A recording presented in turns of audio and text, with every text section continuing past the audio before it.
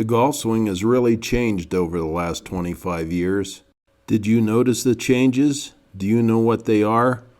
Or did you go down the wrong path like this guy and try to copy the wrong things or listen to the wrong teachers? If you did, you probably ended up with a swing like this.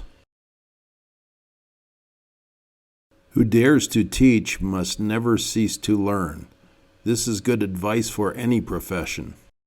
Jim Flick was one of the greatest instructors of all time. One thing that I admired about him the most was that he was always trying to learn, even into his early 80s when he died. I have noticed that the setup, especially the grip and posture, as well as using the external obliques instead of the hips to turn the body, and finally using the shaft to create torque, have been the most significant changes on the PGA Tour.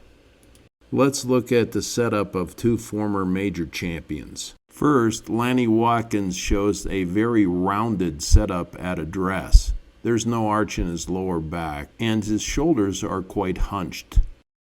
Hubert Green shows a similar posture. Can you imagine what the tour swings would look like today if these two major champions were the ones that the players copied? Fortunately, this guy is the one they copied, Tiger Woods.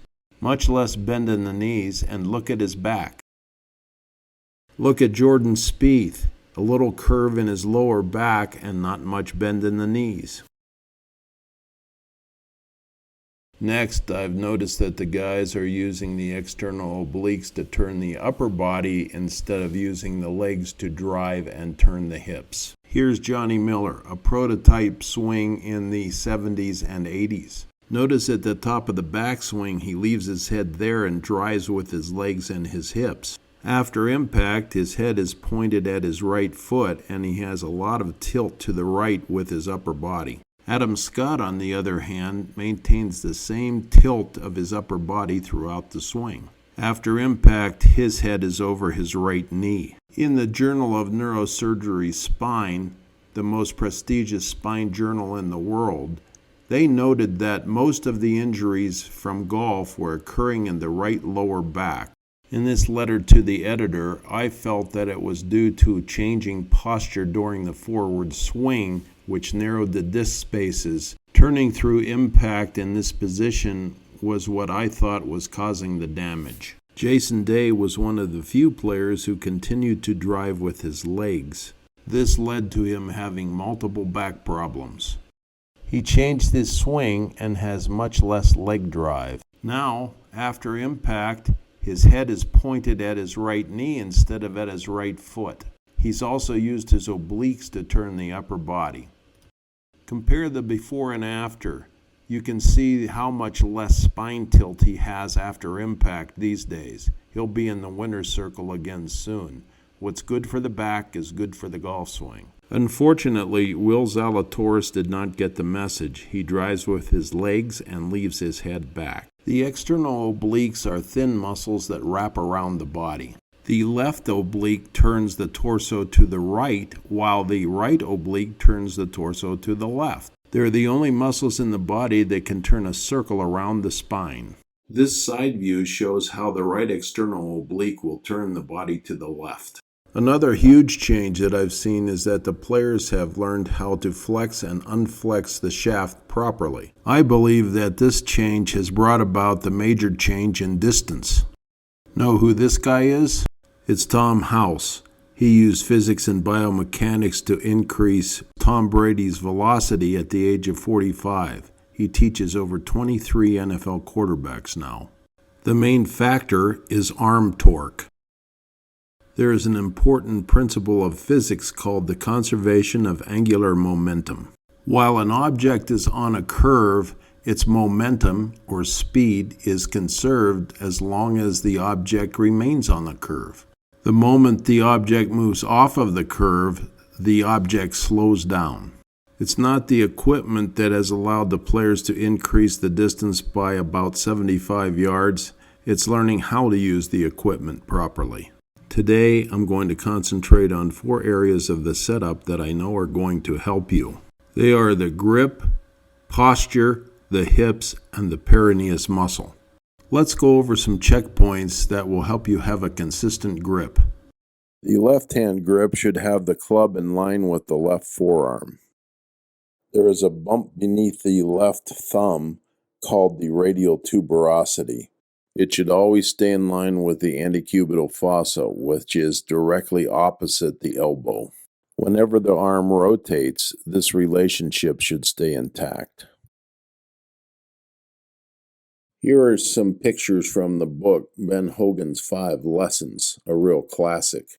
Both elbows point just inside the hip bones. This setup of the elbows will allow the correct rotation of the arms. Let's take a look at the important aspects of the right hand grip.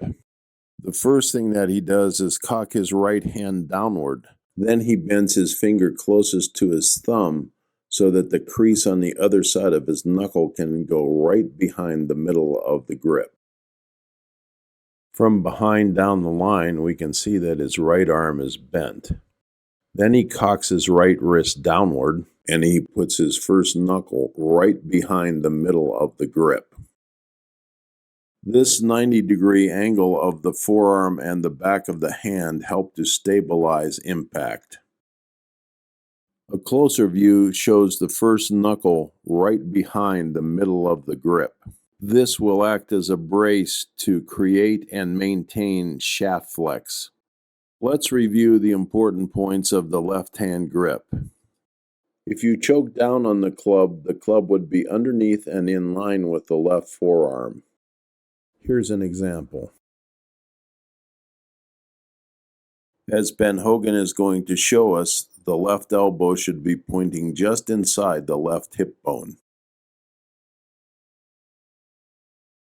And third, the radial tuberosity should be in line with the antecubital fossa. This relationship should stay intact throughout the entire golf swing. Reviewing the right hand grip, the right arm should stay bent at address. Number 2, the right hand should be perpendicular to the club. The example on the left is correct. The example on the right is incorrect. The example on the right will create an unstable impact.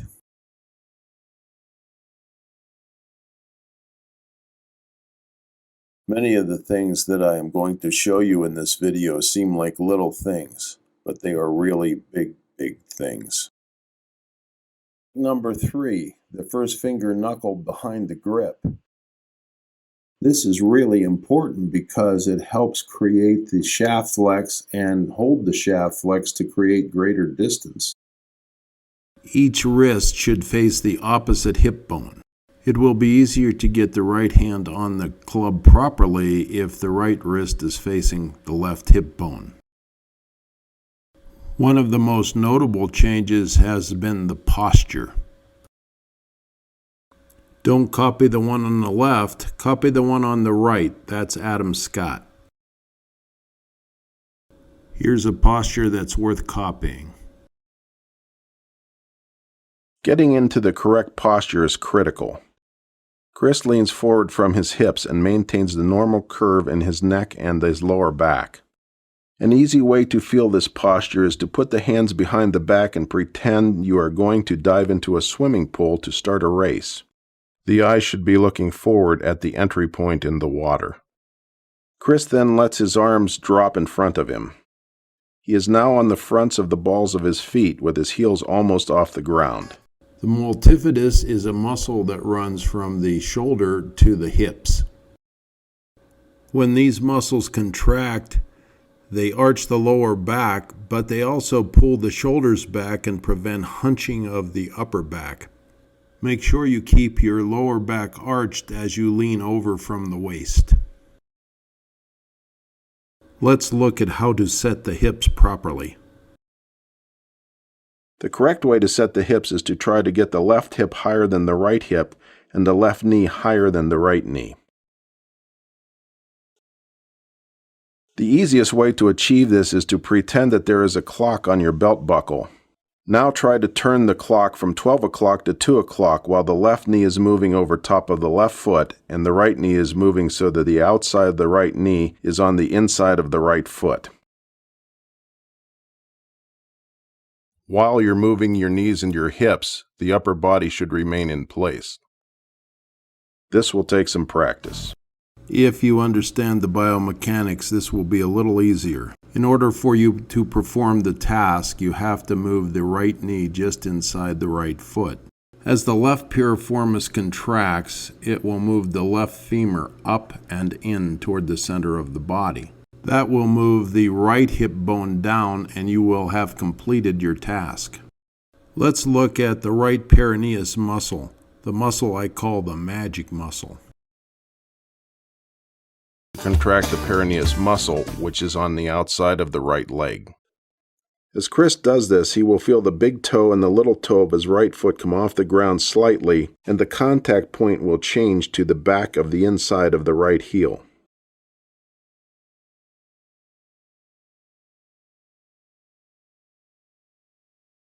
The easiest way to identify this muscle is to use your golf club as a cane in your right hand and pick your right foot off the ground. Try to make your right little toe come up and go toward the inside of your right heel, then set your foot back down on the ground. You can use this contraction of the peroneus muscle to signify to your brain that the setup is complete and it is time to pull the trigger. Now I want to talk to you about the peroneus muscle. It's really kind of a magic muscle because it does so many things in the golf swing that are good. If you take your posture and contract the peroneus muscle, like we talked about in the first part of this chapter, the little toe is off the ground, even the big toe is a little bit off the ground, and there's a little space on the outside of the right foot, and that's the peroneus muscle contracting, and you can feel it start to burn if you haven't used it for a while. Now, the first thing I want to show you about it is it keeps you in your posture, your front to back posture. If you have it contracted real hard and you try to stand up, you really feel a lot of pressure not allowing you to do that. I want all of you to try this. And then put your foot flat on the floor and just relax the peroneus muscle, and then you'll see how easy it is to come out of your posture. So this is the magic of the peroneus muscle. The peroneus also does some other really good things. The second thing that it does when it's contracted is that it prevents the right hip and the shin from sliding to the right. And so that's another good thing. We don't want it sliding to the right because, again, we're going to be changing our posture.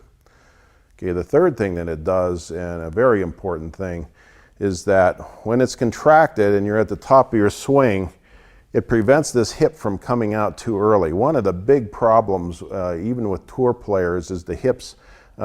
This right hip goes out too early, and then it forces the hands out, and then the hands have to come back into the body, and that's not really the best way to swing a golf club. The next thing the peroneus does is it really helps to keep the right leg from straightening, which we really don't want to do in the golf swing because it puts our hip way back too far. And when we have that peroneus contracted, it prevents that right leg from straightening.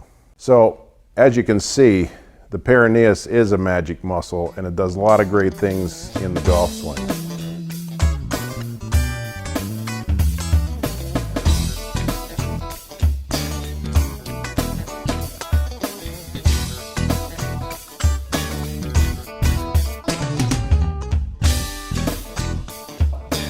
Let me show you the peroneus on Sammy.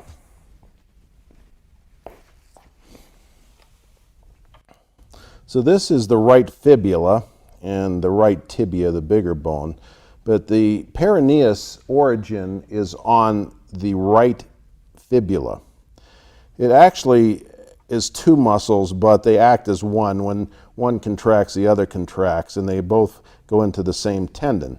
So the origin of the peroneus is here and here on the fibula, but this is a very unusual muscle, and it does so many things in the golf swing, but it's also unusual in the fact that its tendon actually comes around and wraps around underneath the foot, and the insertion is right there. And so when it contracts, it pulls this way. So what's going to happen when the muscle contracts is because this tendon is underneath the foot, it's going to pull the foot outward and back a little bit like this.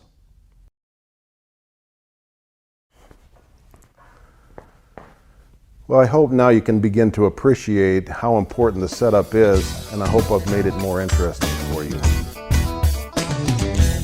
The takeaway is one of the most overlooked but most important parts of the golf swing. It's accomplished with 2 arm muscles, 1 leg muscle, and the body doesn't turn during takeaway. The tour guys must think that the takeaway is pretty important.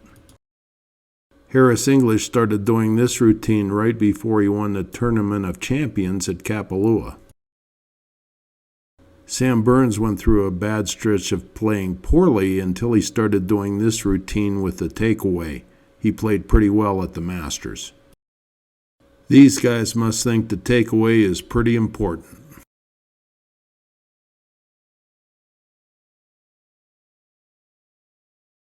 This is Chris Cordy, one of my top students. We want the club head to follow the line halfway up to the waist. At this point, we want the club to be pointing out at the target line on an angle, not parallel to the club on the ground. It looks like Sam Burns is doing it correctly now, and he's playing well again. We need to use the right infraspinatus muscle to accomplish the takeaway.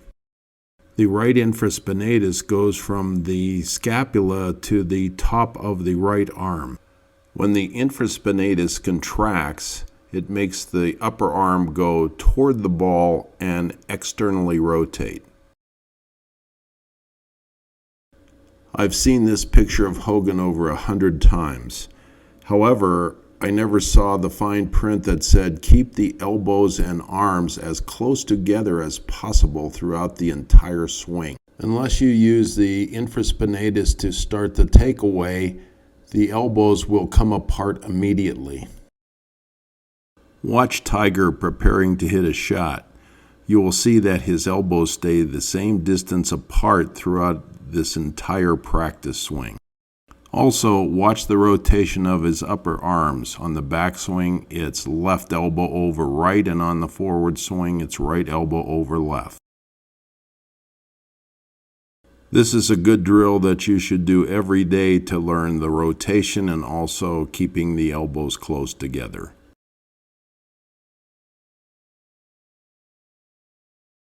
The next muscle that we simultaneously use for the takeaway is the left superior head of the pectoralis. While winning the Tournament of Champions, Harris English would practice his takeaway as part of his pre-shot routine before every shot. He must have thought that the takeaway was pretty important, and he was right. The antecubital fossa has to be in the right position, as we have already discussed. Biomechanically, the takeaway is one of the easiest moves in the golf swing, and it's really important because it establishes the plane. After his arm is rolled into his chest, you can see that the relationship between the radial tuberosity and the antecubital fossa has remained the same. This move is simple because we only have to use one muscle, the superior head of the pectoralis major. It rotates the upper arm into the chest. Chris's club will go right up the address plane during the takeaway. Notice that the club is not parallel to the line across his feet, rather it is pointing at the target line. How did he get there? He rolled his upper arm into his chest while keeping the radial tuberosity pointing toward the ceiling. Here's the most common mistake that I see. Chris demonstrates the wrong way by taking the club under the plane. You can see now that the club is parallel to the target line. The momentum takes it even further under the plane, and you can see that the antecubital fossa is not in line with the radial tuberosity anymore. His upper arm has not turned, but his forearm has.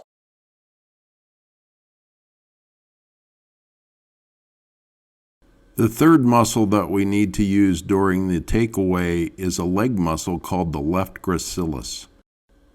We're going to use the left one to turn the knee inward, which in turn creates the correct hip turn. As the knee continues to rotate, it will create the hip turn after the takeaway. Watch Rory McIlroy use the left gracilis to move his knee. It goes under the center of his body at the top of his backswing. Let's look at some drills that'll help us get the right rotations. This drill will show you how the legs should work. It looks easy enough, and it is while you're lying on your back. First, put your feet about as wide as they would be during your stance. The knees should be as wide as the insides of your feet. On the backswing, the right knee stays still while the left knee rotates inward toward the mat. Next, both knees move forward and down toward the mat. You need to do a lot of these so you can do it during the golf swing. Next, stand up, pretend the mat's behind you, and try to make the same movement, forward and around the corner.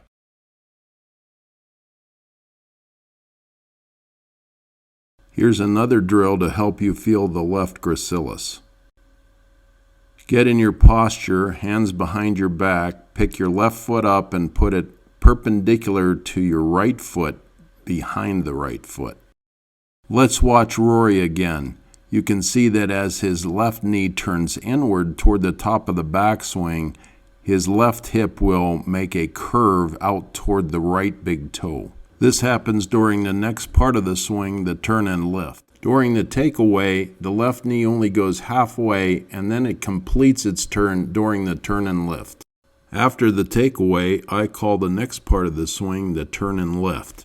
During this period, the left knee continues to turn, the peroneus continues to contract, the left arm lifts lightly against the chest, and the left external oblique turns the torso.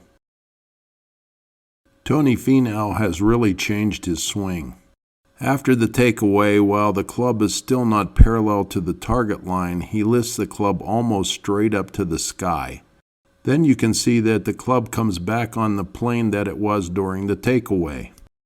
At the top of the backswing, you can see that the butt of the club is pointing just outside and a little beyond his right foot. After dropping the club back onto the address plane, you can see now that the butt of the club is pointed at the ball. In his old swing, he was way under the plane, his hands were very deep, and the club was behind him. During the forward swing, the butt of the club is pointed inside the ball, and this makes the club way too steep. Here's the good one. Most of the top players are trying to drop the club back on the address plane. It will be much more subtle in their swings. During the turn and lift, the left knee continues to turn and the peroneus continues to contract. Watch Rory McIlroy again. His knee continues to turn and this creates a very tight, passive hip turn. Watch the hips just turn very slightly. Here's one of my former students. He was actively turning the right hip on the backswing, and this was causing him a lot of trouble. This happened because his knee was coming out toward the target line instead of turning under him. The hip should passively turn during the golf swing, otherwise you're going to have to use all of these hip rotators. Good luck. During the lift and turn, the left arm should lift lightly against the chest.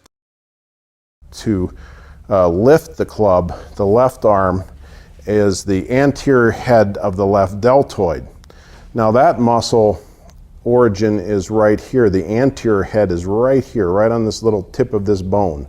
And then the insertion is right down here, about the middle, almost the middle of the left humerus.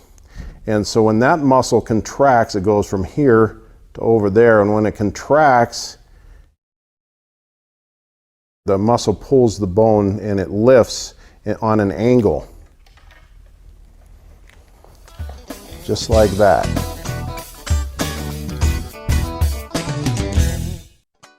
Let me show you what I mean by the left external oblique turning the cylinder. Between Chris's real feet, I have put a couple of imaginary ghost feet. The continued turning of his left knee during the turn and lift will drive his head, his chest, and his belt buckle out toward the right ghost toe. The left external oblique will turn the cylinder while this is happening. Watch Matthew make the turn. Notice that his head goes slightly out toward the ghost toe. His right hip does not go behind him. Here's a good way to feel the backswing turn. You're going to pull your head, your chest, and your belt buckle out toward the ghost toe. In order to simulate the left external oblique, you're going to grab your shirt with your right hand, you're going to pull yourself out toward the ghost toe, and you're going to keep your belly level. The external obliques are thin but broad muscles. They wrap around the body. When the left external oblique contracts, it turns the body to the right. The next part of the golf swing is transition. It's biomechanically simple, but mentally it's difficult.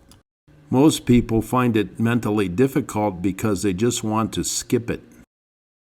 Transition isn't just slowing down or pausing at the top of the backswing. It's actually a movement from one position to another. Here's Rory at the top of the backswing. Watch him move from one position to another. His hands will stay up. From the top of the backswing, his belly is going to move back as if he is going to sit on a high bench that is angled toward the target line. Notice that his left knee stays inside his left foot. While his butt and his belly have gone away from the target line, he must allow his head to come down and his knees to bend a bit. This will prevent his head from coming away from the target line. As he is sitting down, he needs to go to the center of his left heel, not the front, not the back, but the center. There's one more part to the transition that we haven't talked about. Here's Tony ready to start transition. He's going to use the right infraspinatus muscle to move his right elbow forward and down toward his belly button. This move will drop the club back onto the address plane as well as externally rotate his right bicep. In this slow motion, I think you'll be able to see the right elbow move forward and down. As I stated, this will also rotate the right bicep externally.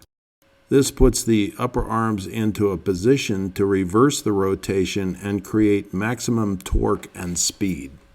I'm going to show you how to do that in the next segment called the power zone. In review, the body goes back on the same diagonal without turning and sits on a high bench weight over the middle of the left heel. The left knee stays inside the left foot, and the right infraspinatus moves the elbow toward the belly button. After transition, we're going to take a trip into the power zone. This is where all the long hitters get their speed. Reversing rotation of the upper arms just after transition creates tremendous torque and bend of the shaft. Shaft flex is a combination of bend and torque. I'm bending this fiberglass rod parallel to the ground. You can see that when I let the tip goes right into the ground. Now I'm bending the stick on plane. When I let it goes out beyond the target line. Now I'm bending the stick and torquing it. Watch what happens to the tip. It goes around me. Here's another view from behind down the line. I'm bending it, torquing it, letting it go, and it goes around me. When our club shaft flexes, we really want a combination of bend and torque. Most people have bend, but very few people have torque. Torque is a force that turns or twists. Most of you have seen a torque wrench. It turns or twists a nut to a certain amount of tightness. This mock-up of a shaft already has a little bit of twist. He's going to twist it more and let it untwist through the ball. By the time his hands have gone just below belt level, He has created enough bend and torque to let the shaft unleash through the ball. There is one muscle that will create both bend and torque, the teres minor. Its origin is on the back of the left scapula, and the arrow indicates which way it will contract. When the arm is across the chest at the end of transition, it will pull the arm forward and in toward the body. It also causes the arm to externally rotate. One muscle creates both bend and torque. Watch the teres minor rotate the left arm. It rotates, moves the arm forward, and brings the hands closer to the body. Here it is again, but remember, we're only going to go down to a little bit below waist high.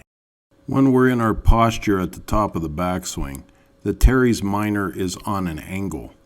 During the forward swing, the left hand should come down and forward on an angle to the impact position. This muscle is the speed generator in the entire golf swing. It moves the left arm forward and down on an angle toward impact, pulls in toward the body, and rotates the upper arm. At waist high, Justin Thomas has created all the bend and torque he needs to create a turbocharger through impact.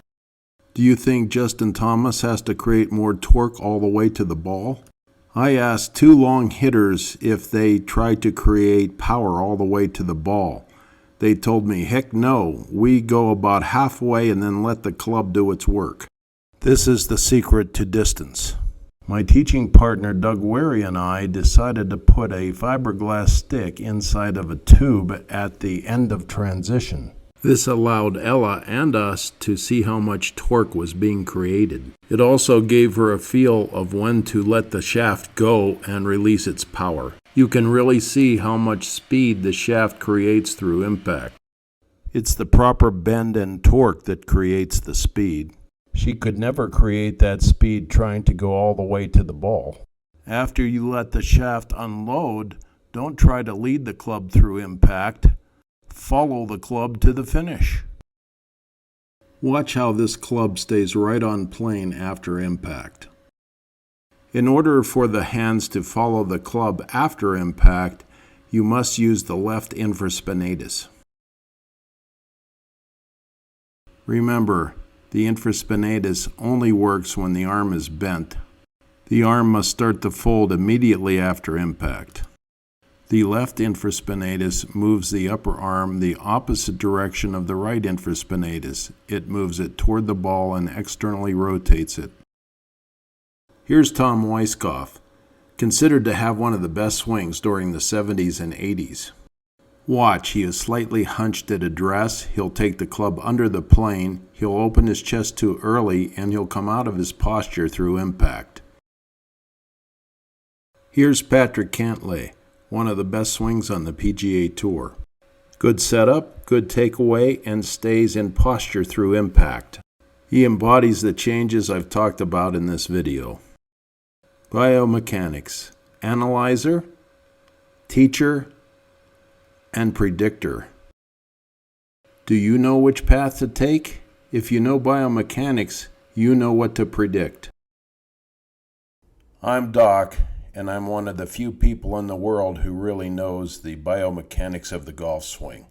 I can show you how to make the swing easier, how to hit it longer, and how to prevent back problems. Don't go down the wrong path and waste your time. For in-person or video lessons, text me 303-915-7117. Thanks.